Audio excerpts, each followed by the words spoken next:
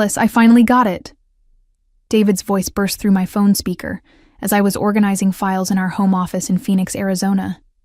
The raise, $25,000 more per year, plus the corner office. After 3 years of grinding, Ms. Johnson finally recognized my potential. My heart soared as I dropped the papers I was holding. My name is Alice Thompson. I'm 39 years old, and I work as a senior accountant for a mid-sized manufacturing firm. For what felt like forever, I had watched my husband David pour everything into Silverwick Partners, staying late every night, working weekends, sacrificing our time together for the promise of advancement that his boss, Ms. Victoria Johnson, kept dangling just out of reach. David, that's incredible. I'm so proud of you, I exclaimed, feeling genuine joy bubble up inside me. This promotion represented everything we had worked toward: the financial security we needed to start a family, the stability to buy a real house instead of renting this cramped apartment. I can't believe it's finally happening, David continued, his voice thick with emotion. Johnson just called me into her office and told me the board approved everything. I start the new position Monday, but I'm staying late tonight to finalize some transition paperwork with her. As I listened to David's excitement, my mind was already racing with celebration plans. This called for something special, not just takeout Chinese food or a bottle of wine from the corner store. This was the moment we had been sacrificing for, the breakthrough that would change our entire future. How late will you be working? I asked, glancing at the clock. It was already 6 p.m. Probably another 2 hours. Johnson wants to go over all the new responsibilities in detail. You know how thorough she is about these transitions. After we hung up, I stood in our kitchen, overwhelmed with happiness and relief. All those nights of eating dinner alone while David worked late. All those times I had to attend social events by myself because he was putting in extra hours. All those moments when I wondered if his dedication would ever pay off. It had all been worth it. But this news deserved more than just a phone conversation. David had worked so hard for this moment, and I wanted to share in his triumph properly. I decided to surprise him with his favorite meal delivered right to his office. We could celebrate together, maybe even christen that new corner office he had mentioned. I opened the refrigerator and pulled out the salmon fillets I had been saving for a special occasion. David loved my grilled salmon with herb butter, and tonight seemed like the perfect time to prepare it. As I gathered ingredients, I imagined his face when I walked into his office with a home-cooked celebration dinner. He would be so surprised, so touched that I had gone to this effort. As I prepared the salmon, my mind wandered to our journey together. David and I met during our senior year at Arizona State University, both studying business with dreams of climbing the corporate ladder. He was charming and ambitious, always talking about the life we would build together once we graduated and found our footing in the professional world. When David landed the position at Silverwick Partners 3 years ago, we thought it was our golden ticket. The company specialized in financial consulting for mid-sized businesses, and David started in their analysis department under the direct supervision of Ms. Victoria Johnson. She was in her mid-40s, recently divorced, and according to David, brilliant at navigating corporate politics. From the beginning, David spoke constantly about Ms. Johnson's mentorship. She stayed late to train him, invited him to important client meetings, and promised to help him advance within the company. I was grateful that David had found such a supportive boss. The business world could be ruthless, and having an advocate seemed like a blessing. But over the past year, I had noticed subtle changes in David's behavior. He became more secretive about work conversations, more defensive when I asked about office dynamics. When I suggested we invite Ms. Johnson for dinner to thank her for her support, David always found excuses to avoid it. There were other small things too. New cologne that I hadn't bought him. Late-night text messages that he quickly deleted. A sudden interest in expensive clothing that stretched our budget. When I questioned these changes, David always had reasonable explanations. Professional image mattered for advancement. Networking required constant communication. Success demanded certain standards. I pushed my concerns aside, attributing them to the stress we were both under as he worked toward this promotion. The salmon sizzled in the pan, filling our small apartment with rich, savory aromas. I prepared his favorite herb butter, a mixture of fresh dill, garlic, and lemon that he always said reminded him of our honeymoon in Seattle. As I carefully arranged everything in our good containers, I felt a surge of pride in our partnership. We had made sacrifices, but they were paying off. I changed into a nice dress, the blue one David always complimented, and touched up my makeup. This surprise visit would be the perfect way to mark this milestone in our marriage. Maybe we could even go out for drinks afterward to celebrate properly. The drive to Silverwick Partners took me through downtown Phoenix's business district, past the gleaming office towers where successful people built their careers. Tonight, David was joining their ranks. Tonight, all our patience and hard work was finally being rewarded. As I parked in the underground garage and gathered the warm dinner containers, I felt a flutter of excitement. David would be so surprised to see me, so touched by this gesture. We could finally start planning for the future we had always talked about. The house, the children, the financial security that had seemed so elusive just hours ago. The lobby of Silverwick Partners was mostly empty at this hour, with only the security guard and a few scattered employees working late. I signed in at the front desk and took the elevator to the 15th floor, where David's department was located.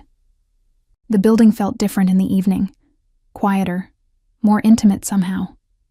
Perfect for a private celebration between husband and wife. The 15th floor was dimly lit, with most offices dark and empty. I walked past David's usual cubicle, which would soon be his former workspace, toward what I assumed would be his new corner office. My heels clicked softly against the polished floor as I imagined his reaction to my surprise. I approached the reception area where Claire, David's young assistant, was still at her desk. She was in her mid-20s, always bubbly and energetic during the few times I had visited the office. When she saw me approaching with the dinner containers, her face lit up with what seemed like barely contained excitement. "Oh, Mrs. Thompson," Claire exclaimed, her voice bright with surprise. "What brings you here so late?" "I wanted to surprise David with a celebration dinner for his promotion," I explained, holding up the containers. "He just called with the wonderful news about his raise in the corner office." Claire's expression shifted slightly, and she glanced toward the hallway with an odd smile. "Oh, how sweet of you. He's actually in the main conference room right now with Ms. Johnson. They're going over his new position in detail. You know how thorough she is about these transitions." "Of course," I nodded, feeling my excitement build. "I don't want to interrupt anything important." "Which conference room?" "The big one at the end of the executive hall," Claire said, pointing down the corridor. "The one with the beautiful city view. I'm sure they won't mind a quick interruption for such good news." I thanked Claire and headed down the hallway, carefully balancing the warm containers. It made perfect sense that David and Ms. Johnson would be finalizing the details of his promotion in the company's most impressive conference room. I imagined walking in to find them reviewing organizational charts and discussing David's new responsibilities. As I approached the conference room, I could see light spilling from under the door. I heard muffled voices inside, though I couldn't make out the words. Not wanting to interrupt what might be an important strategic discussion, I decided to peek in first to gauge whether this was an appropriate time for my surprise. I gently turned the handle and pushed the door open just a crack, ready to catch David's eye and gesture with the dinner containers. But what I saw through that small opening made my blood turn to ice. David was pressed against the conference table, his shirt unbuttoned and tie loosened, locked in a passionate embrace with Ms. Johnson. Her hands were tangled in his hair, his arms wrapped around her waist, their bodies moving together with the familiarity of practiced lovers. This wasn't a congratulatory hug between colleagues. This was the intimate embrace of two people who had been deceiving me for months, possibly years. Time stopped as I stood frozen in that doorway, the warm dinner containers suddenly feeling like lead weights in my hands. My husband of 8 years was betraying everything we had built together, and I was watching it happen in real time.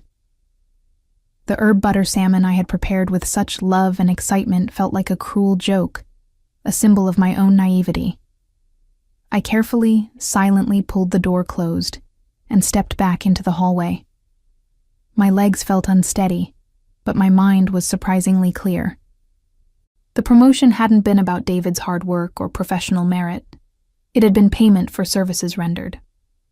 Ms. Johnson hadn't been mentoring him professionally. She had been grooming him personally, and I had been too trusting to see it. Every late night, every weekend conference call, every defensive reaction when I asked about work, it all crystallized into devastating clarity. David's new cologne, his secretive text messages, his sudden interest in expensive clothes, none of it had been about professional advancement. It had all been about impressing another woman while lying to his wife. I walked back toward the elevator, my footsteps echoing in the quiet hallway. As I passed Claire's desk, she looked up with that same bright expression, and suddenly, I understood the barely contained amusement I had seen in her eyes. She knew about the affair. Of course she knew. She probably helped schedule their private meetings, maybe even covered for them when colleagues asked questions. "Did you find them?" Claire asked with false innocence, but I could hear the malicious satisfaction in her voice now. "Yes," I managed to say, surprised by how steady my voice sounded. They were very focused on his new position. In the elevator, I leaned against the wall and closed my eyes, trying to process what I had witnessed. The worst part wasn't just the physical betrayal. It was the systematic deception. David had used my support, my sacrifices, my unwavering belief in his integrity to build a relationship with his boss. He had let me celebrate his success while knowing it was built on adultery. My phone buzzed with a text from David. "Working late on transition details with Johnson. Don't wait up. Thanks for being so understanding about my career demands. Love you." The audacity of the message sent a surge of cold fury through me. He was literally in that woman's arms while texting me about love and understanding. But instead of responding with emotion, I felt something else rising within me. A calculating anger that surprised me with its clarity. I drove home in silence, my accountant's mind already shifting into analytical mode. If David wanted to play games with our marriage, I needed to protect myself financially. Within an hour of arriving home, I had quietly transferred the majority of our joint savings into my personal account, money I had contributed equally over the years. I changed passwords on our shared credit cards and put fraud alerts on our accounts. But as I worked through these protective measures, my professional instincts began noticing patterns that troubled me. David's recent raises and bonuses seemed unusually generous for someone at his level in the company. Ms. Johnson's authority to approve such significant compensation adjustments raised questions about proper corporate oversight and financial controls. I opened David's laptop. He had always been careless about security, and found his work email still logged in. What I discovered there went far beyond a simple office affair. Email after email revealed not just their personal relationship, but evidence of financial irregularities that made my blood run cold. Ms. Johnson had been systematically manipulating David's performance reviews and approving unauthorized bonuses, but more disturbing were the communications about employee pension fund investments. She had been redirecting pension contributions into high-risk investments through companies she controlled, and when those investments failed, she was covering the losses with money from other corporate accounts. David's promotion wasn't just payment for their affair. It was hush money to keep him quiet about missing pension funds that belonged to hard-working employees planning their retirements. Over the next 3 days, I maintained a careful facade of normalcy while conducting my own investigation. David returned home that night, full of excitement about his promotion, spinning elaborate stories about the detailed strategy session with Ms. Johnson. I listened with apparent enthusiasm, even congratulating him on his dedication finally paying off. "Johnson says this is just the beginning," David said over breakfast, completely oblivious to my discovery. "She believes I have executive potential. With her continued mentorship, I could be running my own division within 2 years." The word mentorship made my stomach turn, but I smiled and nodded supportively. "She certainly seems invested in your future," While David was at work, I reached out to Janet Winters, a former colleague who now worked with the FBI's Financial Crimes Unit.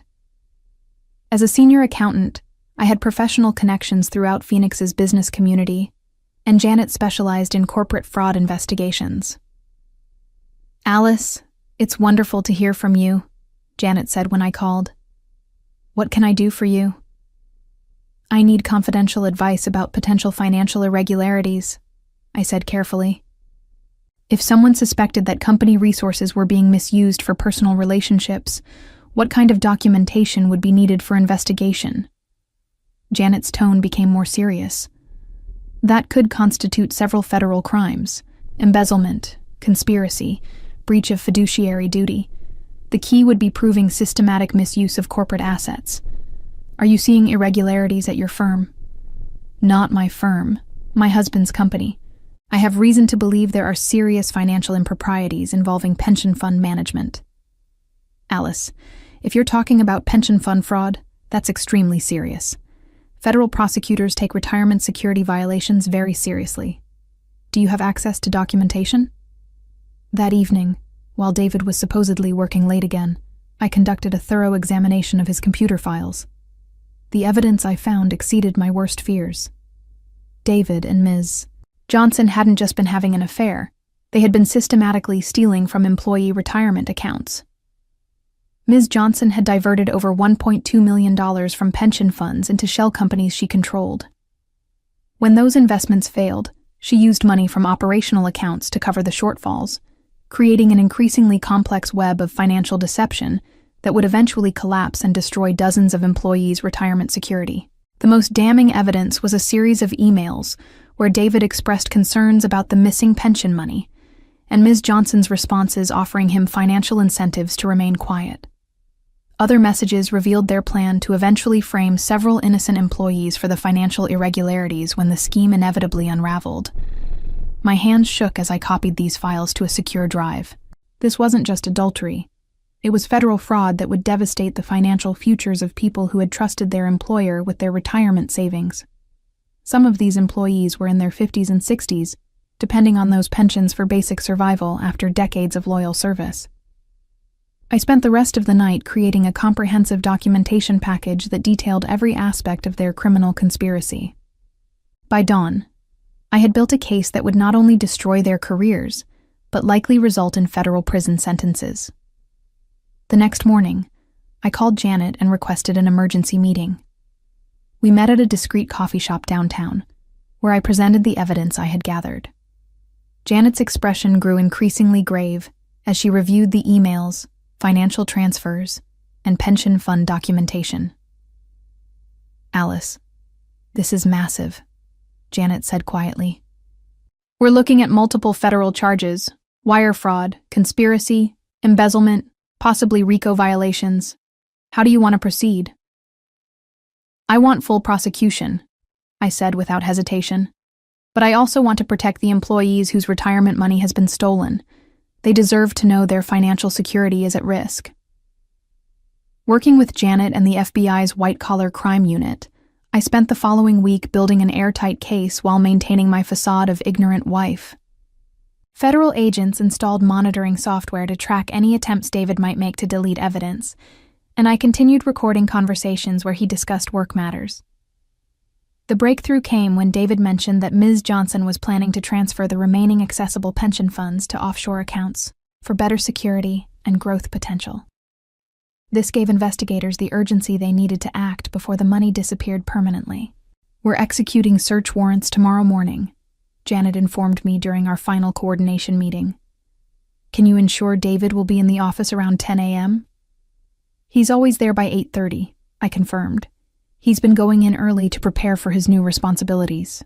That final morning, I prepared David's favorite breakfast and even packed him a lunch, playing the role of supportive wife one last time. As he prepared to leave for what would be his last day of freedom, I kissed him goodbye, knowing this would be our final normal interaction. "Have a productive day, honey," I said, my voice steady. "I hope everything goes smoothly with your transition into the new role." "Thanks, Alice. You've been so patient and supportive through this whole process. Johnson was right when she said I was lucky to have such an understanding wife. The irony of his words was almost overwhelming, but I managed to smile. I'm sure Ms. Johnson has given you lots of valuable advice. 2 hours after David left, I received a text from Janet. Teams are moving into position. Thank you for your courage in exposing this fraud. Justice will be served today. I drove to Silverwick Partners and parked across the street, arriving just as FBI agents and financial crimes investigators were entering the building. Several news vans were already positioned outside. Janet had coordinated with media contacts to ensure public awareness of the pension fund theft. Through the building's glass lobby, I could see agents moving systematically through the offices with evidence boxes and computer equipment. Employees were gathering in confused clusters, their faces reflecting shock and concern as they realized something major was happening to their company. My phone rang. It was David. Alice, something terrible is happening. The FBI is here with search warrants, and they just arrested Johnson. They're asking me all kinds of questions about pension funds and financial transfers. I don't understand what's going on. I think you understand perfectly, I said calmly, watching through the windows as federal agents approached David's desk. The question is whether you're going to tell the truth or continue the lies. What are you talking about? Alice, you have to help me. They're treating me like a criminal. You are a criminal, David. You stole money from people's retirement accounts while lying to your wife. The FBI has all the evidence they need. Through the glass, I watched David's face go white as he processed my words. The phone slipped from his hand as federal agents approached with handcuffs. Mrs. Thompson. Agent Rodriguez, the lead investigator, had approached my car. We've secured both suspects and all the financial evidence. Your information was crucial to preventing further theft from those pension accounts. As I watched David being led away in handcuffs, his face a mask of shock and betrayal, I felt only cold satisfaction. This was the man who had promised to love and honor me, who had used my trust to facilitate crimes against innocent people. The arrests became front-page news across Phoenix within hours. Corporate executives arrested in million-dollar pension fraud dominated local television coverage, with reporters interviewing shocked Silverwick Partners employees who had just learned their retirement savings were at risk. I stood in the lobby of the federal building as David and Ms. Johnson were processed, watching through security glass as they were fingerprinted and photographed. David kept looking toward the entrance, still believing somehow that I would come to his rescue, that this was all a misunderstanding I could help resolve. Agent Rodriguez approached me with an update. Both suspects are being held without bail pending federal grand jury proceedings. The evidence you provided has enabled us to freeze all their assets and begin recovering the stolen pension funds. What about the employees? I asked. How much of their retirement money can be recovered? We've identified most of the diverted funds. Between asset seizures and federal insurance protections, we expect to recover approximately 90% of the stolen money. Your early intervention prevented a complete catastrophe. Through the glass, I watched Ms. Johnson arguing with her court-appointed attorney, her polished professional demeanor finally cracking under the weight of federal criminal charges. David sat slumped in a holding cell, still wearing the expensive shirt I had helped him pick out that morning, probably still unable to comprehend how his world had collapsed so completely. Claire, David's assistant, was arrested later that afternoon as investigators discovered she had been paid additional money to facilitate communications between David and Ms. Johnson while helping them cover their tracks. Her giggling amusement during my office visit now made perfect sense. She had been enjoying the drama of deception while profiting from it. The local business community reacted with shock and outrage as details of the pension fraud emerged. Silverwick Partners' stock price plummeted, and several major clients immediately terminated their contracts. The company that David had sacrificed our marriage to advance in was now facing potential bankruptcy due to the crimes he had helped commit. The trial proceedings stretched over 8 months, during which the full scope of David and Ms. Johnson's criminal conspiracy became public record. Federal prosecutors, armed with the comprehensive evidence I had provided, rejected all plea bargain attempts and pursued maximum sentences. Ms. Johnson received 10 years in federal prison and was ordered to pay $2.1 million in restitution to affected employees. Her professional licenses were permanently revoked, and her personal assets were seized to compensate victims. The judge specifically noted that, as a senior executive, she had betrayed the fundamental trust that employees place in their leadership. David was sentenced to 6 years in federal prison for conspiracy and aiding in embezzlement. Despite his attorney's arguments about manipulation and coercion, the judge emphasized that David's education and professional background made his crimes particularly inexcusable. Like Ms. Johnson, he lost all professional certifications and faced complete financial ruin. The personal consequences were equally devastating. Ms. Johnson's teenage children, who had been living with their father since her divorce, publicly disowned her after learning about her crimes. Her reputation in Phoenix's business community was permanently destroyed, with her case becoming a cautionary tale taught in corporate ethics courses. David's family cut all contact with him after the affair, and embezzlement became public knowledge. His parents, who had always been proud of his corporate success, refused to visit him in prison or provide any financial support. His professional network evaporated as former colleagues distanced themselves from the scandal. The FBI investigation revealed that David and Ms. Johnson had been planning to flee the country with the remaining pension funds, having already established offshore accounts and obtained false documentation. Their arrest prevented what could have been the complete destruction of dozens of families' retirement security. The employees of Silverwick Partners, supported by their recovered pension funds and a successful class action lawsuit, eventually found new employment as the company restructured under federal oversight. David and Ms. Johnson emerged from federal prison to find themselves unemployable pariahs in the business world, their criminal records ensuring that their betrayal of trust would follow them for the rest of their lives. The pension funds they had stolen were fully restored with interest, but their own financial futures remained permanently destroyed by their choices. Ms. Johnson lost custody of her children permanently and struggled to find even basic employment, while David discovered that no company would hire a convicted embezzler, regardless of his education or experience. As I reflected on the journey from that devastating moment in the conference room to watching justice served in federal court, I realized that exposing their crimes had protected innocent people while ensuring that corporate fraud faced serious consequences. The betrayal that shattered my marriage ultimately led to justice for everyone they had wronged, and I found peace knowing that their greed and deception had become the instruments of their own destruction.